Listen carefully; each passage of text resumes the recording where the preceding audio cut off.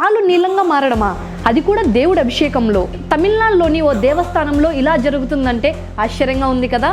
ఈరోజు మనం ఈ విశేషాన్ని తెలుసుకుందాం.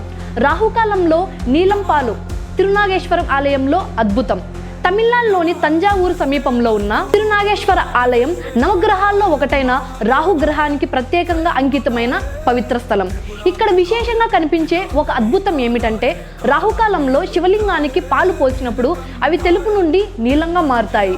ఈ విశేషం రాహుదోషాన్ని పోగొట్టే సూచనగా అయితే ఇక్కడ ప్రజలు భావిస్తారు. భక్తులు చెప్పుకునే ప్రకారం ఈ నీలిరంగు రాహువు ఆపదలను, దోషాలను తీసుకుంటున్న సంకేతంగా పరిగణించబడుతుంది. అయితే అంతేకాదు, లింగానికి పాలు పోసిన తర్వాత అవి ఆరగించాక తిరిగి తెల్లగా మారుతాయి. ఇది చూస్తుంటే ఆశ్చర్యం కలుగుతుంది. ఇది ఖచ్చితంగా ఒక దైవిక లీల అంటున్నారు భక్తులు. శాస్త్రీయంగా కొన్ని పరిశోధనలు జరిగినా ఇప్పటికీ ఈ రంగు మార్పును పూర్తిగా ఎవరూ వివరించలేకపోతున్నారు. ఈ విధంగా భక్తుల విశ్వాసానికి నిలువెత్తు ఉదాహరణగా నిలిచింది తిరునాగేశ్వరం ఆలయం. నమ్మకమే దేవుడికి సంబంధించిన అద్భుతాలను చూడగల గొప్ప దారి. మరిన్ని ఆధ్యాత్మిక విశేషాలతో మీ రన్ టీవీ తెలుగు మీ ముందుకు వస్తోంది. నేను మీ శాలిని ప్రియ. ఓం నమః శివాయ.